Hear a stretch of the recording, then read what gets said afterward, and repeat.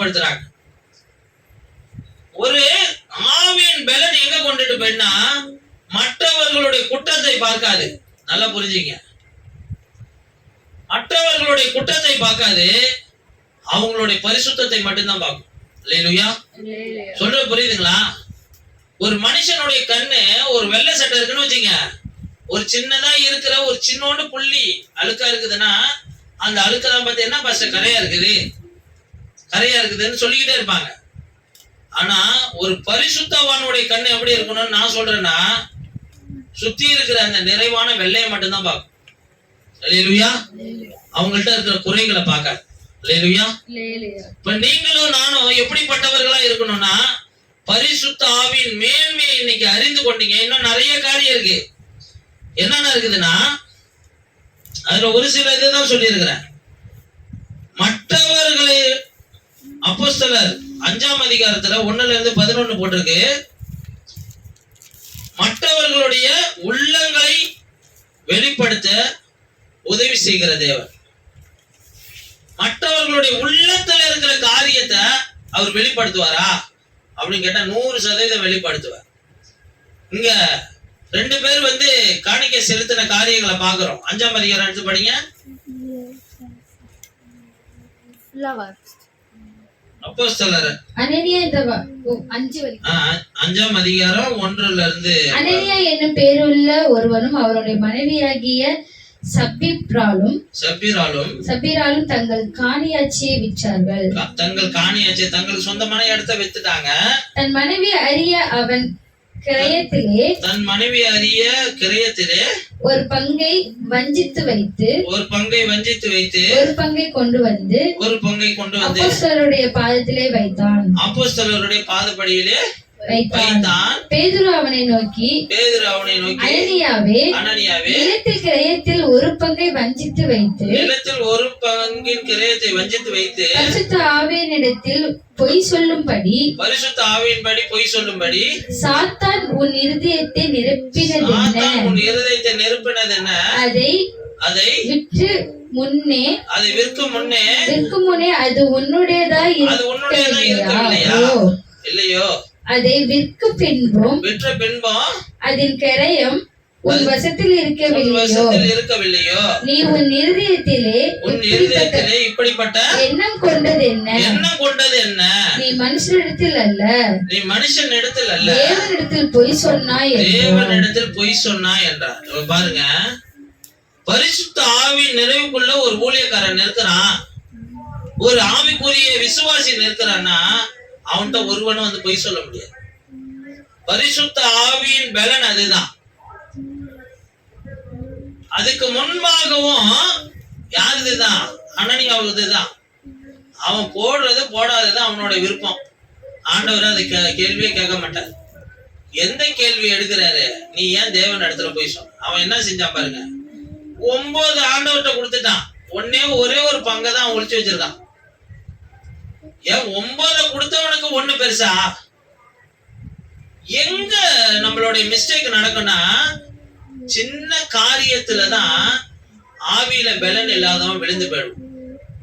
ஆவியில பலன் இல்லாதவன் என்ன செஞ்சிருவான்? சின்னோண்டு காரியத்துல விழுந்து போயிடுவான். ஆவியில பலன் உள்ளவன் அது சின்ன காரியமா இருக்கட்டும் பெரிய காரியமா இருக்கட்டும், அதுல எந்த காரியத்துல விழுந்து போக மாட்டான். அல்லேலூயா. பலன் உள்ளவனாய் நீ மாறணும். அப்போ உங்களுடைய உள்ளம் நீங்க போய் நிக்கும் போது, உலக மனுஷனா இருந்தாலும் ஆவிக்குரியவனா இருந்தாலும் உங்கள் இடத்துல நின்று பொய் சொல்லக்கூடிய இடத்துல இருக்கவே முடியாது. ஏன்னா நீங்க பரிசுத்த ஆவியின் பலனினால் நிக்கும் போது அவன் என்ன சொல்றான்? பேதுரு என்ன சொல்றாரு? நீ என்ன இடத்துல இல்ல தேவன் இடத்துல பொய் சொன்னப்பா. தேவனுடைய காரியங்களை மட்டும் நம்ம அலட்சியமா இருக்க கூடாது. எதை பொய் சொல்லக்கூடாது, எது அப்படியே எங்க மூத்த போதகர் ஐயா சொல்லுவாரு, டைம் என்ன பாஸ்டர் அப்படின்னு கேட்டோம்னா 2:1ன்னா 2:1. என்ன சொல்லுவாரு? 2:1ன்னா 2:1, 2:2. இது நம்மளுக்கு கேட்க எப்படி இருக்கும்? ஏன் 2:5ன்னு சொல்லலாம்ல, ஏன் 2:10ன்னு சொல்லலாம்ல, என்ன பாஸ்டர் இது கூட தெரிய மாட்டேங்குது. அப்படிதான் நம்ம போவோம். அப்போ எவ்வளவு ஷார்ப்பா இருக்காரு பாருங்க. பரிசுத்த ஆவியின் பலன் அதுதான். அல்லேலூயா. பரிசுத்த ஆவியின் பலன் எங்க ஒளிஞ்சுக்கிட்டு இருக்குன்னா, சின்ன விஷயத்திலயும் உண்மையா இருக்கும். நீங்க குறைவுள்ள காரியங்கள்ல நிறைவாய் ஆண்டவருக்கு நிக்கும் போதுதான், நிறைவுள்ள காரியம் வரும்போது குறைவு இல்லாம நிப்பீங்க. புரியுதுங்களா? குறைவுள்ள காரியங்கள்ல நீங்க நிறைவுள்ளவர்களாய் நிக்கும் போது, நிறைவுள்ள காரியம் வரும்போதும் குறைவு இல்லாம நிப்பீங்க ஆண்டவருக்கு முன்பாக. அல்லேலூயா. அப்ப நீங்களும் நானும் உள்ளத்துல உள்ளதை, மற்றவர்கள் உள்ளத்துல உள்ளதை ஆண்டவர் இங்க பேதுருவுக்கு வெளிப்படுத்துறாருன்னா, இப்ப இவன் எப்படிப்பட்ட பலத்துல இருக்கிறான்? அதே ஆவியானவர் தான் நம்ம கூட இருக்கிறார், அதே தேவன் தான் நம்ம கூட இருக்கிறார். ஒரு மனுஷனால இது முடியும்னா இன்னொரு மனுஷனாலே அது முடியும். புரியுதுங்களா? இப்போ இந்த ஊழியக்காரர் நான் உங்களுக்கு சத்தியத்தை சத்தியமா சொல்லுகிறேன்னா, என்னை விட தாண்டின சத்திய ஆவியானவர் உங்க கூட இருக்கிறாரு. அவர் உங்களை எல்லா சகல சத்தியத்திலே நடத்த வல்லவரா இருக்க, என்னை காட்டிலும் அதிக மேன்மைக்குரிய சத்தியத்தை வெளிப்படுத்தி உங்களுக்கு சொல்ல அநேக பேரை பயன்படுத்த முடியும். அநேக பேருக்கு உங்களை பெரிய கருவியை பயன்படுத்த முடியும். இப்ப இன்னைக்கு பரிசுத்த ஆவியின் மேன்மை தெரியாததுனாலதான் நீங்க அந்த மேன்மையை அடைய விருப்பப்பட மாட்டீங்க. அந்த மேன்மையை அடைந்திருக்கிறவங்க அதுல வளர விருப்பப்பட மாட்டாங்க. அதுல வளர்ந்தவங்க பூமியின் கடைசி பரியந்தம் வரைக்கும் சாட்சிகளா இருப்பாங்க. அல்லேலூயா. அப்ப நீங்களும் நானும் எதை தான் ஃபர்ஸ்ட் விரும்பணும்? பரிசுத்த ஆவியின் மேன்மையை தான் விரும்பணும். அல்லேலூயா. பரிசுத்த ஆவியின் தன்மைகளை குறித்து பார்த்தோம். இன்னும் ஒரு சில காரியம் இருக்கு, அது அப்படியே இருக்கட்டும். கடைசியா ஒரு வார்த்தையை சொல்லி முடிச்சிடறேன். ரெண்டாவது வார்த்தை, இயேசுவிற்காக நீ நிற்க விரும்பினால் பரிசுத்த ஆவியின் பலத்தில் நில். இயேசுவுக்காக நிற்க விரும்பினால் எதிர நிக்கணும்? நம்ம பரிசுத்த ஆவியின் பலத்துல நிற்கணும். பரிசுத்த ஆவியின் பலன் எப்படிப்பட்டதுன்னு இப்ப பார்த்துட்டோம். ஒருத்தவனுக்குள்ள பரிசுத்த ஆவியானவர் வந்துட்டா அவன் பலன் அடைஞ்சு இந்த பூமியின் கடைசி பரியந்த வரைக்கும் தன் சொந்த ஊர்லயும், எருசலேம்னா என்னங்க தன் சொந்த ஊரு, அவரு பிறந்த ஊரு, அங்கேயும் சாட்சியா நிக்கணும். அதை சுத்தி உள்ள கிராமங்களையும் சாட்சியா நிக்கணும். அதை சுத்தி உள்ள தேசம் எங்க சாட்சியா நிக்கணும். பூமியின் கடைசி பரியந்த வரைக்கும் எங்க கொண்டு போய் விட்டாலும் இல்ல, எனக்கு மரணம் வர வரைக்கும் நான் சாட்சியா நிப்பேன். அதுக்கு அதுதான் அர்த்தம். அல்லேலூயா. அப்போ இங்க ரெண்டாவது ஒரு வார்த்தை சொல்லுகிறாரு, நான் கர்த்தருக்காக தான் நிக்கிறேன், நான் கர்த்தருக்காக நான் கொடுக்கிறேன், நான் கர்த்தருக்காக அர்ப்பணிக்கிறேன், நான் கர்த்தருக்காக வாழ்றேன். இது ஒரு பகுதி. புரியுதுங்களா? பரிசுத்த ஆவியின் பலனில என்ன வார்த்தையை நான் கொடுத்திருக்கிறேன்? இயேசுவிற்காக நீ நிற்க விரும்பினால் நீ பரிசுத்த ஆவியின் பலத்துல நிற்க வேண்டும். பரிசுத்த ஆவியின் பலத்துல யார் யாரெல்லாம் நின்னா? இப்போ ஒரு வார்த்தை படிங்க. அப்போஸ்தலர் நடபடிகள் 9ஆம் அதிகாரம் 1ல இருந்து வாசிங்க. சவுல் என்பவன் இன்னும் கர்த்தருடைய சீஷரை பயமுறுத்தி கொலை செய்யும்படி சீரி பிரதான ஆசாரியரிடத்தில் போய் இந்த மார்க்கத்தாராகிய புருஷனையாகிலும் ஸ்திரீயையாகிலும் தான் கண்டுபிடித்தால் அவர்களை கட்டி எருசலேமுக்கு கொண்டு வரும்படி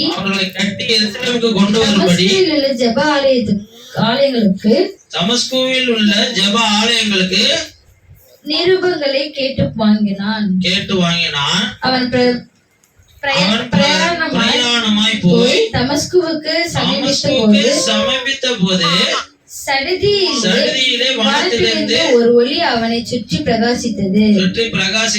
அவன் தரையிலே விழுந்தான். அப்பொழுது சவுலே, சவுலே, நீ என்னை ஏன் துன்பப்படுத்துகிறாய் என்று தன்னுடனே சொல்லி ஒரு சத்தத்தை கேட்டான். அதற்கு அவன், ஆண்டவரே, நீ யார் என்றான்.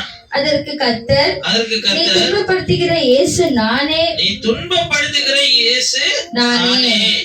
முள்ளில் உதைக்கிற உனக்கு கடினமாய் என்றார். அவன் நடுங்கி திகைத்து, ஆண்டவரே, நான் என்ன செய்ய சித்தமாய் இருக்கிறீர் நான் என்ன என்றான். செய்ய சித்தமா இருக்கிறீர் அதற்கு என்றான். அதற்கு கர்த்தர், கர்த்தர், நீ எழுந்து பட்டணத்துக்குள்ளே போ, போய் நீ செய்ய வேண்டியது அங்கே அங்கே உனக்கு உனக்கு சொல்லப்படும் சொல்லப்படும் என்றார். என்றார். அவனுடைய அவருடைய கூட பிரயாணம் பிரயாணம் பண்ணின பண்ணின மனுஷர்கள் மனுஷர் சத்தத்தை கேட்டும் சத்தத்தை கேட்டோம், ஒருவரும் காணாமல் ஒருவரையும் காணாமல் பிரமித்து பிரமித்து நின்றார்கள். நின்றார்கள். சவுல் தரையிலிருந்து எழுந்து தன் கண்களை திறந்த போது ஒருவரும் காணவில்லை. அப்பொழுது அப்பொழுது கைலாகு கொடுத்து அவனை தமஸ்குவுக்கு கூட்டிக் கொண்டு போனார்கள். கூட்டிக் கொண்டு போனார்கள். இப்ப பாருங்க, சவுலை பத்தி நம்ம பாக்குறோம். நிறைய நடவடிக்கை, நிறைய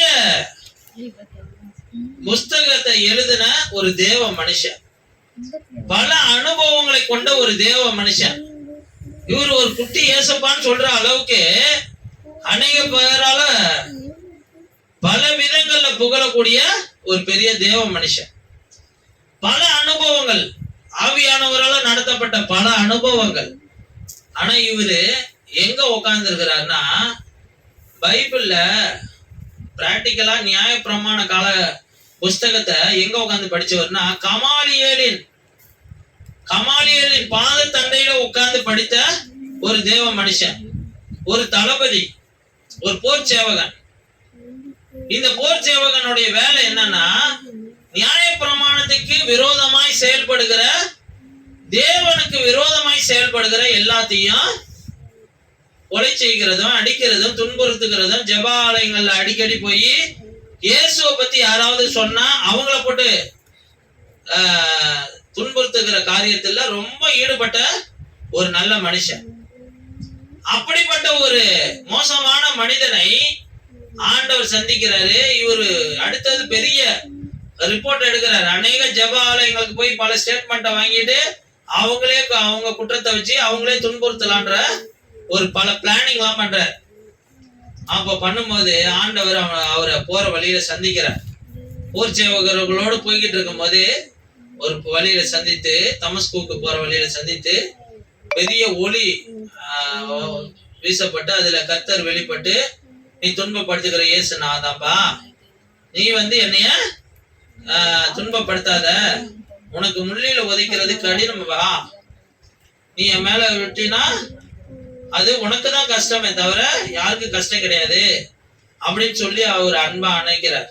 உடனே அவன் இயேசுவை பார்த்த அதே சமயம், இயேசுவோடைய பிரசன்னத்தை உணர்ந்த அதே சமயம், இயேசுவோடைய வெளிச்சத்தை உணர்ந்த அதே சமயம் ஒரே ஒரு வார்த்தை கேட்கிறாரு, நீங்க யாருங்க ஏசப்பா, நீங்க யாருங்க ஆண்டவரே அப்படின்னு கேட்கும்போது, நான் தான் நீ துன்பப்படுத்துகிற இயேசு, நீங்க என்ன செய்ய சித்தமா இருக்கிறீங்க, தன்னை விட்டு கொடுக்க. தன்னை விட்டு கொடுத்த உடனே அவனுக்கு கைலாக கொடுக்கப்பட்டு அழைத்து கொண்டுட்டு போறாங்க. நீ அங்க போ, உனக்கு பட்டணத்துல உனக்குரியது என்னவோ சொல்லப்படுப்பான்னு சொல்லி அனுப்பிவிடு. இயேசுவால ரட்சிக்கப்பட்டுட்டார். ரட்சிக்கப்பட்ட பிறகு என்ன செய்ய சித்தமா இருக்கிறீங்கன்னு கேட்கிறாரு. அது எதற்கு அடையாளமா இருக்குதுன்னா, ஞான ஸ்நானத்துக்கு ஒப்பு கொடுக்கறதுக்கு அடையாளமா இருக்குது. நேரா போகிற. இப்போ 17வது வசனம் படிங்களா. இப்போ அனனியான்ற ஒரு மனுஷன், அப்பொழுது அனனியா போய் வீட்டுக்குள் பிரவேசித்து அவன் மேல் கையை வைத்து, அவர் மேல் கைகளை வைத்து, சகோதரனாகிய சவுலே, நீ வந்த வழியிலே உனக்கு தரிசனமான இயேசுவாகிய கர்த்தர் நீ பார்வையடையும் படிக்கும் பரிசுத்த ஆவியினாலே நிரப்பும் படிக்கும் என்னை அனுப்பினார் என்றான். அல்லேலூயா. இப்ப பாருங்க, அவரு பார்வை போனுச்சு, அவர் ரட்சிக்கப்பட்டுட்டார். உலக கண்கள் அவரை விட்டு அகன்று போச்சு, அவர் ரட்சிக்கப்பட்டுட்டார். இன்னைக்கு ரட்சிப்புனா என்னன்ட்டு நிறைய பேருக்கு தெரியல. உலக பார்வை, உலக சிந்தை, உலக தோற்றங்கள் எல்லாம் மறைந்து போகும். அதுதான் ரட்சிப்பு. தேவன் ஒருவரை சந்தித்தாரானால், இயேசு ஒருவரை சந்தித்தாரானால், இயேசு ஒருவனுக்குள்ள வந்துட்டாரானால், அவன் பழைய வாழ்க்கை எல்லாம் ஒளிந்து போய் அவன் புது மனுஷனா எப்படி மாறுவானா, நான் கர்த்தருடையவன் மாறிடுவான். நான்ற இடமெல்லாம் உலகம், நான் என்னுடையது, இது என்னுடைய சபை, இது எனக்குரியது, எதுவுமே எனக்குரியது கிடையாது இந்த பூமியில. இது கர்த்தருடையது, விசுவாசிகளும் கர்த்தருடையவர்கள், நானும் கர்த்தருடையவன், இந்த பூமியில உள்ள சகலமும் என் மனைவி பிள்ளைகளும் கர்த்தருடையவர்கள், இங்க உள்ள சகல ஆசீர்வாதமா கர்த்தரின் மேன்மை, கர்த்தர் நாமத்துக்கு மகிமை. எனக்குன்னு சொல்லிக்கொள்ள ஒன்றுமே கிடையாது. எனக்கு ஒன்னே ஒண்ணுதான் சொந்தம், அந்த கர்த்தர் மட்டும்தான் எனக்கு சொந்தம். அல்லேலூயா. இப்படிப்பட்ட இடத்துக்கு ஒருத்தன் வந்துருவான். யாருன்னா ரட்சிக்கப்பட்டவன். அவன் இந்த உலக மேன்மையை விரும்பவே மாட்டான். என் விருப்பம் எல்லாம் என் இயேசுன்னு சொல்லுவான். என் பாவம் எல்லாம் என்னை விட்டு நீங்கிடுச்சுன்னு சொல்லுவான். ஏன்னா அந்த பாவம் எல்லாம் பரிசுத்தர் எனக்குள்ள வந்ததுனால அந்த வார்த்தை வெளியில வரும். நான் இப்படி இருந்தா, இப்படி ரட்சிக்கப்பட்ட என்னை ஆண்டவர் என்னை விடுதலை பண்ணனாரு தெளிவா சொல்லுவான். இவனை கொண்டுட்டு போறாங்க, இவன் அதுக்கப்புறம் இவனை ஊழியத்துக்கு அனுப்பல. உடனே ஆண்டவர் இவன் கமாலியலின் பாதத்தை தான் படித்திருக்கிறான். கமாலியலின் பாதத்துலதான் இவன் படிச்சிருக்கிறான். தேவனுடைய புஸ்தகத்தை, தேவனுடைய வார்த்தையை கேட்டிருக்கிறான்.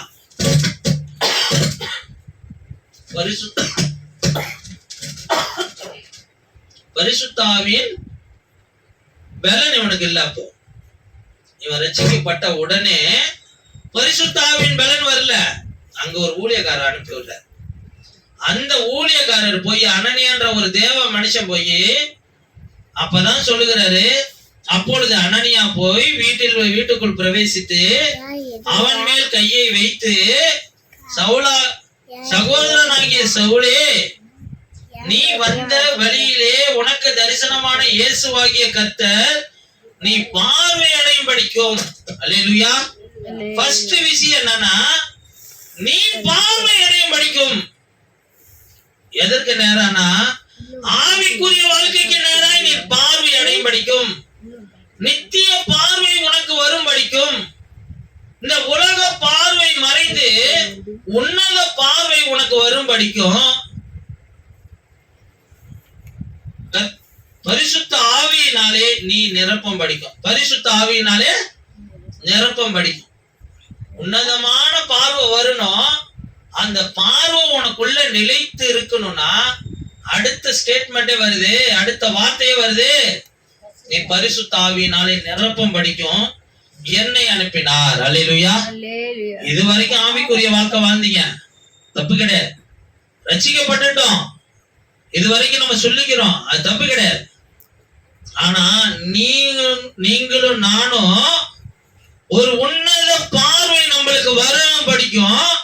நம்ம பரிசுத்த ஆவியில நிலைத்திருக்கிறதுக்கு நம்மளை நிரப்பத்தக்கதாய் ஒரு அபிஷேகம் நம்மளுக்கு வேணும். அந்த உன்னதமான பார்வை எனக்கு பூமியின் கடைசி பரியந்த வரைக்கும் நான் சாட்சியா நிக்கிற வரைக்கும் எனக்கு வேணும்னா எனக்கு எதுதான் தேவைன்னா பரிசுத்த ஆவியில நிரப்பப்படுகிற ஒரு அனுபவம் தேவை. அப்பதான் என் பார்வை பூமியின் கடைசி பரியந்த வரைக்கும் அதே உன்னத பார்வையோட பார்த்துக்கிட்டு இருக்கும். அல்லேலூயா. அப்ப பரிசுத்த ஆவியின் நிறைவு உங்களுக்கு எனக்கும் ரொம்ப ரொம்ப அவசியம் ஆண்டவர் விரும்புகிறார். அதற்கு அப்புறம் 14 வசனத்துல பிறகு, உடனே அவன் கண்களில் இருந்து மீன் செதில்கள் போன்றவைகள் விழுந்தது. அவன் பார்வை அடைந்து எழுந்திருந்து ஞான ஸ்நானம் பெற்றான். அல்லேலூயா. பார்வையை அடைந்து எழுந்து ஞான ஸ்நானம் பெற்றான். அப்போ பார்வை நம்மளுக்கு உன்னதமான பார்வை நம்மளுக்கு வந்துட்ட பிறகு, நான் பரிசுத்தராகி என் இயேசு எனக்குள்ள வாசம் பண்ணுகிறான்னு முழுமையை அறிந்து கொண்ட பிறகு, அந்த நிரப்புதல் வந்த பிறகு அவன் ஞான ஸ்நானம் என்ற ஒரு காரியத்தை விரும்புகிறான். இன்னைக்கு அநேக பேர் எப்படி ஞான ஸ்நானம் எடுக்கிறாங்க? தன் இஷ்டத்திற்கு ஞான ஸ்நானம் எடுக்கிறாங்க. அந்த ஞான ஸ்நானத்தை ஆண்டவர் விரும்புறது இல்ல. சிலர் அந்த காரியத்துக்கே நான் போக விரும்பல. ஞான ஸ்நானம் எப்ப எடுக்கணும் ஒரு மனுஷன்னா, உன்னத பார்வையாவே என் பார்வை மாறிடுச்சு, நான் உலகம் பார்க்கிற விதமா எந்த ஒரு மனுஷனையும் நான் பார்க்கிறது இல்ல. அவன் துன்மார்கனாய் இருந்தாலும் கர்த்தர் எப்படி ஒருவனை நீதிமானா எண்ணுகிறாரோ அந்த பார்வை உடையவனாய் நான் எப்போ மாறுகிறேன். துன்மார்கரை பார்த்து நீதிமான் என்று சொல்லாதன்னு சொல்லியிருக்கிறார். அந்த விஷயத்த சொல்லல ஆண்டவர். இவன் ஒரு நாள் ரட்சிக்கப்படுவான். மூத்த போதகர் ஐயா தான் சொல்லுவாங்க, ஒருத்தவங்க மீன் பிடிக்கிறவனுக்கு அந்த தக்கையின் மேலதான் எந்த நேரமும் கண்ணு இருக்கணும். மீன் பிடிக்கிறவனுக்கு அந்த தக்கையின் மேலதான் கண்ணு இருக்கணும். அது போல நான் ரட்சிக்கப்பட்டுட்ட பிறகு, நான் ஞானஸ்நானம் எடுத்த பிறகு இன்னொருவருடைய ரட்சிப்புக்கு நான் சொந்தக்காரனாய் மாறணும்.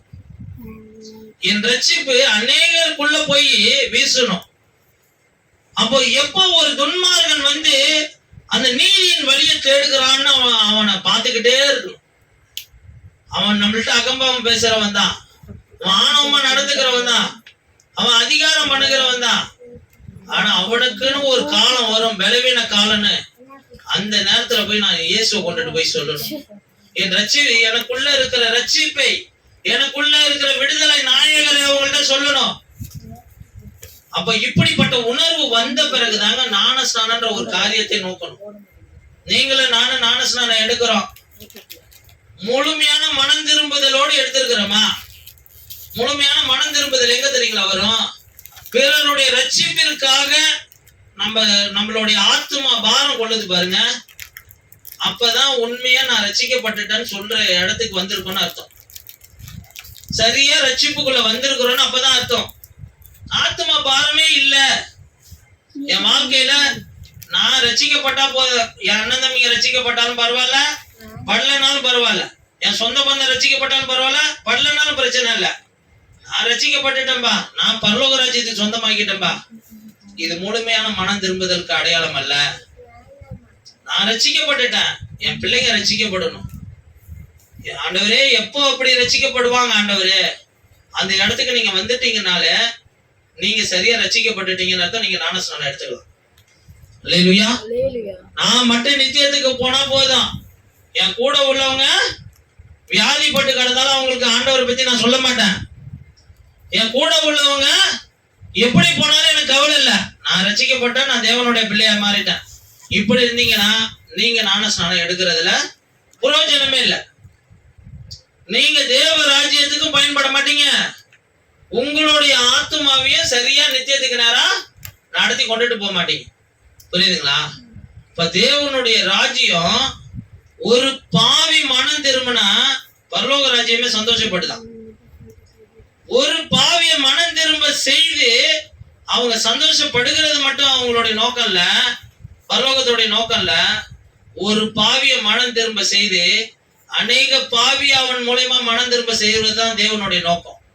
அந்த நோக்கத்துக்கு நேரம் ஒரு ஆத்மா மாறும்போது ஆட்டோமேட்டிக்கா நீங்க ஞானஸ்நானம் எடுத்தீங்கன்னா பரலோக மகிமையின் அபிஷேகம் உங்க மேல இறங்கும். அல்லேலூயா. நீங்களும் நானும் அதற்காக அழைக்கப்பட்டவர்கள். நீங்க பரிசுத்த ஆவியில பலன் அடைந்து இந்த பூமியின் கடைசி பரியந்தம் வரைக்கும் தேவனுக்கு சாட்சியாக. அல்லேலூயா. சரி, கண்களை மூடி ஜெபம் பண்ணுவோம். ஜீவனுள்ள தேவனே, இந்த வேலைக்காக நன்றி செலுத்துகிறோம். உம்முடைய திருநாம மகிமைக்காக எங்களையும் நீர் நடத்தி வந்து உம்முடைய அநாதி தீர்மானத்தின்படி அழைக்கப்பட்டு இந்த